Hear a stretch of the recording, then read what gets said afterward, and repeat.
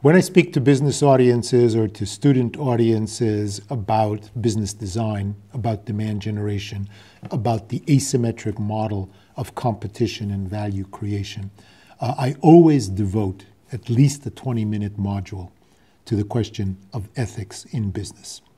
And the common reaction, or the frequent reaction, is, Adrian, this is a business meeting. Why are we talking about ethics?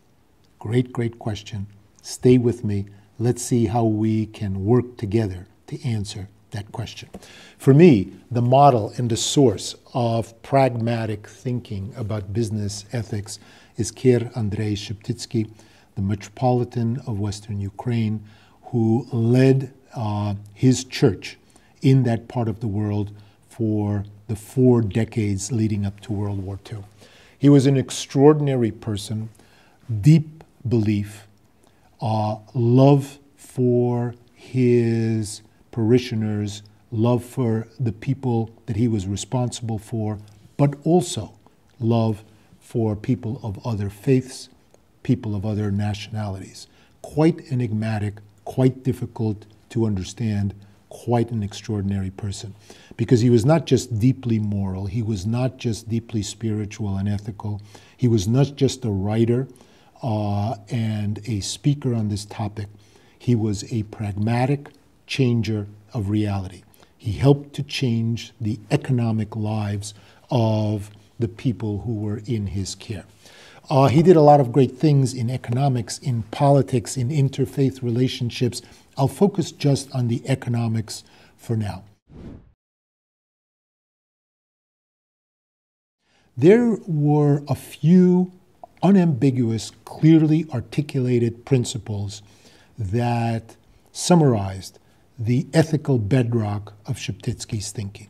Number 1, don't sell customers defective products. Number 2, don't exploit your customer by overcharging them because temporary circumstances allow you to do that. Pay them a living wage. Why? Because remember, you are paying them a wage not just as an economic transaction, you are paying them a wage which that worker will use to support their families. He believed that good economics is built on the foundation of a good education and promoted literacy and reading throughout the entire territory that he was responsible for. He understood that there were many economic actors, whether they were producers or distributors or retailers, who are very small, very fragmented, and had very little economic power when they were negotiating with larger organizations or entities. And he helped to foster a cooperative movement which would turn fragmentation into strength and allow people to build better businesses.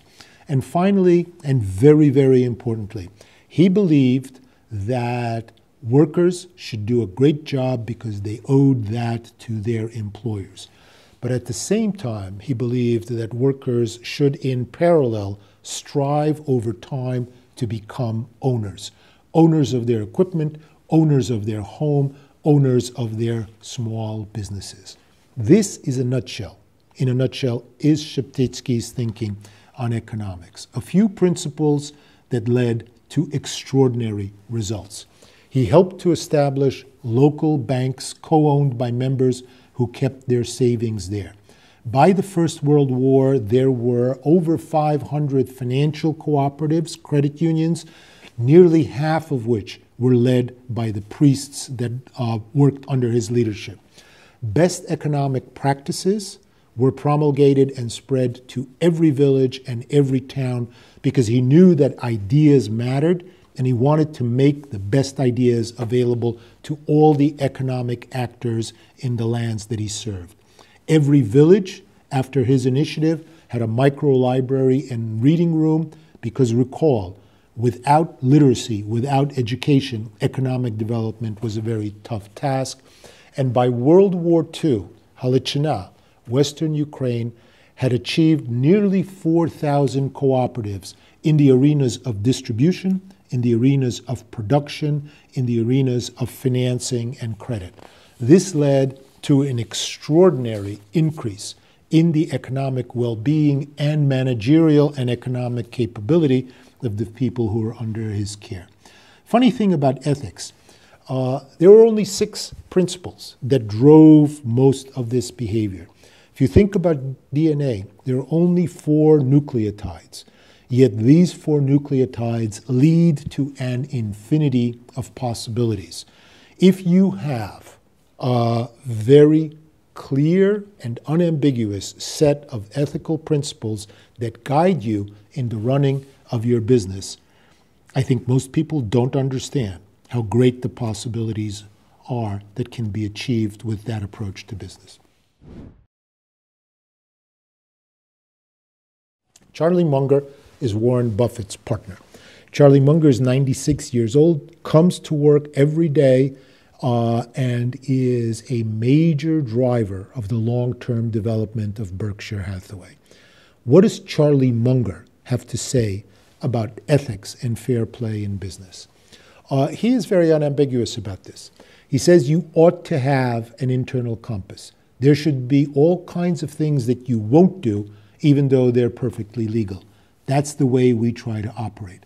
People make contracts with Berkshire all the time because they trust us.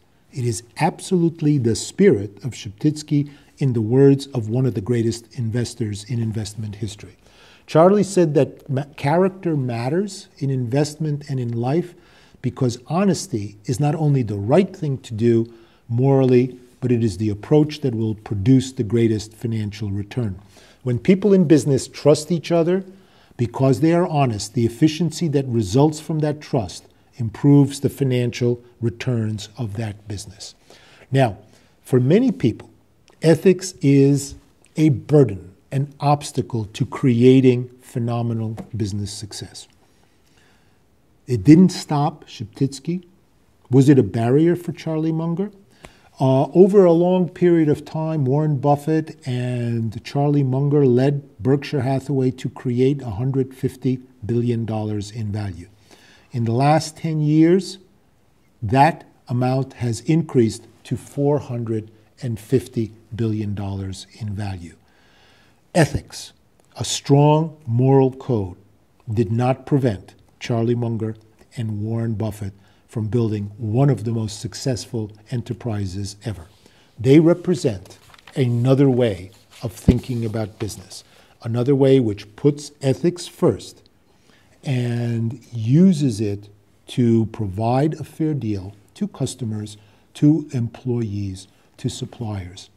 And the question that we have to face is that an obstacle, or is that an enabler of building a more successful business?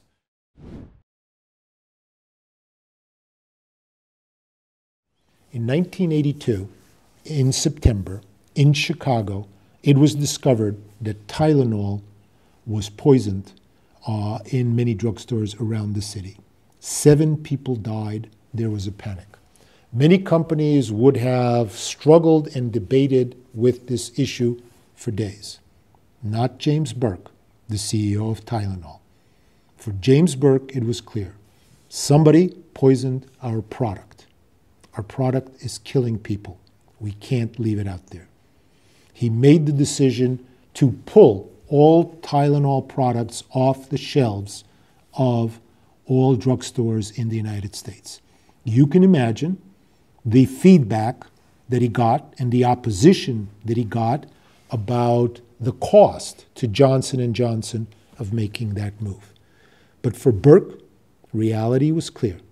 We will not allow people to get killed using our product. Remember Sheptitsky's first principle: do not sell consumers defective products. 2 things to keep in mind. This was an extraordinary example, a crystal clear example of a highly ethical leader at the top of an important company. The second part that's important to understand is what happened 12 months later. First of all, the company invented tamper-proof packaging to make sure that this never happened again. And 12 months later, their position in the market was stronger and higher than it had ever been before. Now, you would think that a teacher of ethics like James Burke would be followed by others in the business world. But as the experience of the Perrier problem, the Intel chip problem, the Coca-Cola problem in Belgium, the Wells Fargo problem would false accounts show, many people didn't learn from the lesson of James Burke. They didn't understand that there was another ethical way to run a business. It's a shame, but nevertheless, there's a question for all of us. Do we go the James Burke way, the Sheptitsky way, the Munger way, or do we go the way of people who all wound up paying a price in losing the trust of the customer?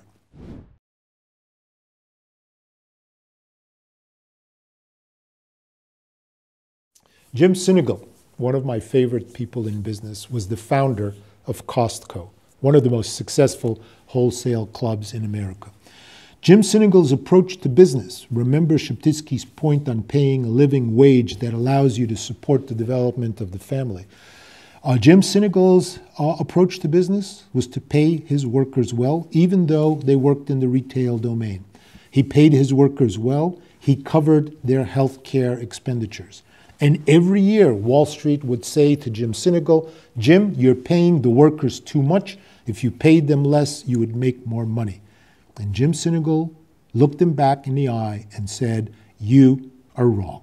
And then he cracked this big smile of his. Did treating workers well stand in the way of creating successful business? Here is the value growth of Costco over the last several decades. It is hard to find in retail businesses as successful as the one that Jim Sinegal built. In the retailing industry, turnover of workers can be as high as 50 to 100% a year. Think about what that means. The costs of hiring new workers, training new workers, losing new workers, and repeating that process all over again. What is the turnover for Costco? Is it 100%? Is it 50%? Turnover at Costco of employees is 5.5%. Jim Sinegal understood his business better than Wall Street did. Jim Sinegal understood that the ethical way is the right way to go forward. Howard Schultz at Starbucks, well-known personality, very, very similar to Jim. The dominant way of treating workers in the retail industry is as temporary assets. They come and they go. Not for Howard Schultz. He pays Starbucks workers extremely well, and he covers their health benefits, provides training, and for him, there is a very different attitude towards his people than is true in other organizations. When you look at the question, did this ethical approach prevent Starbucks from being a phenomenally successful company? You find the very same picture as at Costco. And you actually find something else. Ask yourself a question. Who is number 2 to Starbucks in the retail coffee industry? I guess ethics didn't make it hard for Schultz to build a great company. It may have helped him build an even greater company than others did. Perhaps the most extraordinary example of this Sheptitsky-style approach to business is also in the grocery world with the company of Wegmans, a privately held, family-owned business today run by Danny and Colleen Wegman. People in retail always point to this as an extraordinary company. I was once on a trip to Chautauqua in upstate New York, and there was a 2-hour drive from the airport to Chautauqua. And I asked the driver about Wegmans. And for the next 2 hours, he couldn't stop talking about how Wegmans treats its employees, how Wegmans treats its customers, how Wegmans will pay for employees' training in Europe, how Wegmans will pay young couples who work for Wegmans when they adopt a child from Eastern Europe and bring it back to the United States. How Wegmans will help its associates cover the costs of college if they commit to coming back to the company. It is not just a matter of fair compensation. It is a matter of going the extra mile to support them, their families, and the growth of their expertise in that world. It is not surprising that Wegmans employees treat Wegmans customers better than any other organization in the retail world. When you look at the numbers, don't look at the numbers first. Look at the principles. Take care of your employees. Take care of your customers. Take care of your customers' kids. There are facilities in every store where young people take care of children while the parents do the shopping. And the hidden story of Wegmans is since the 1930s, they have constantly been doing experiments on how to provide a better offer to the customer and how to better approach the training and the growth of their employees. They are a privately held company, so we can't get their financial data, but we can get data on the performance of their customers relative to others. For retailers, for grocers whose customers are extremely satisfied, they have 4 visits a month and spend $144. For customers who are extremely satisfied and emotionally connected to the provider, this is the Wegmans example on the right-hand side. There are more visits and more expenditures with that provider by far than other customers. And you know, as we're going along, I hope you're worried about one thing. Is ethical behavior something we should do because it's the right thing to do or because it's more profitable? I'm not smart enough to answer that question, but I am smart enough to know all of us should be thinking about it. One of the examples that is the most personally challenging to me, I live in Boston.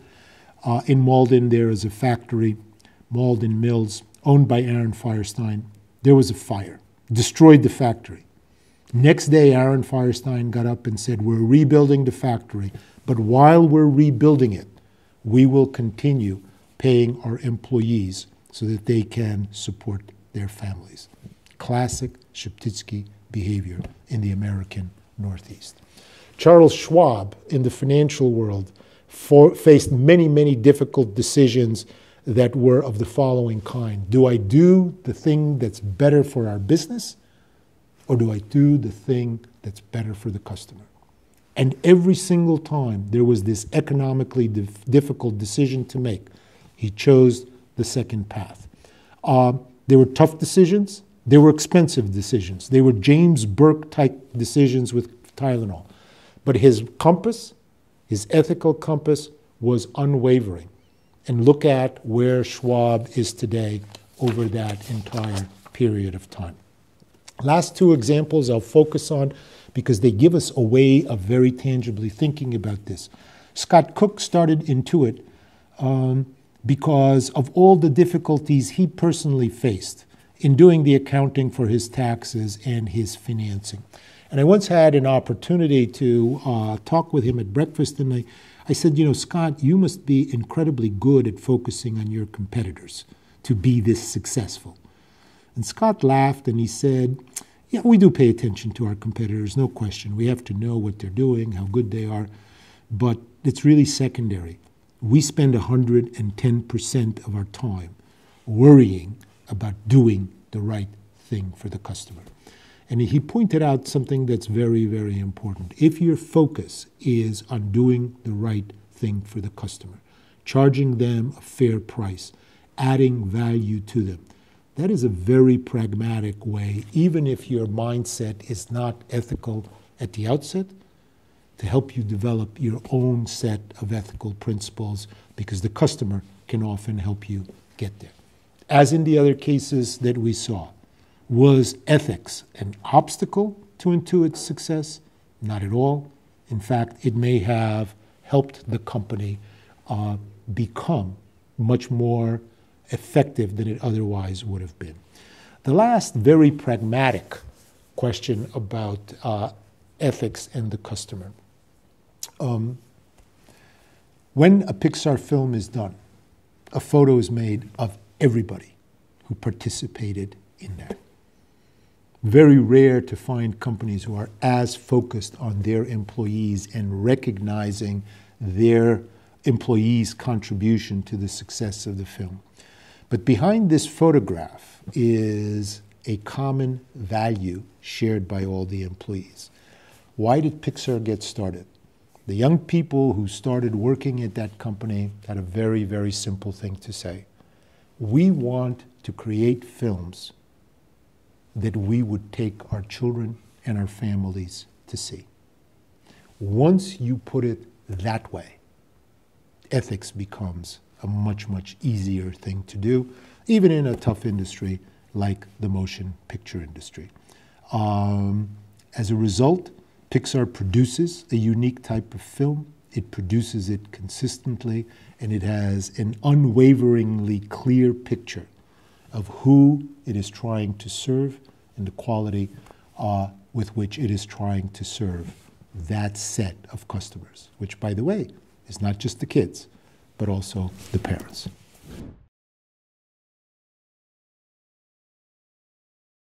The only thing that I can conclude after thinking about Sheptitsky's approach to ethics in a very tough business world is that ethics is not a barrier to great performance, that ethics is both the right thing to do and can help you do a better job for the customer and build a better company, build a greater system, build a regional system that lifts up all the families that live in it. I think if you start thinking about business and ethics, and you start learning about the extraordinary companies that led their business in a different way, you as a business person, traditional or startup, should just please be aware. There is the default way of running a business where ethics is not even part of the conversation, and there is another way, exemplified by Sheptitsky and all the Sheptitsky-like companies, Berkshire Hathaway, Costco, the Tylenol situation, Starbucks, Wegmans, Intuit, Schwab, Pixar. Just please be aware, there is another way to run a business that begins with ethics, that makes ethics the bedrock of what you do. And if you look hard enough, somehow being that way is not an obstacle to creating a terrific company that produces great value for its customers and great growth for its employees.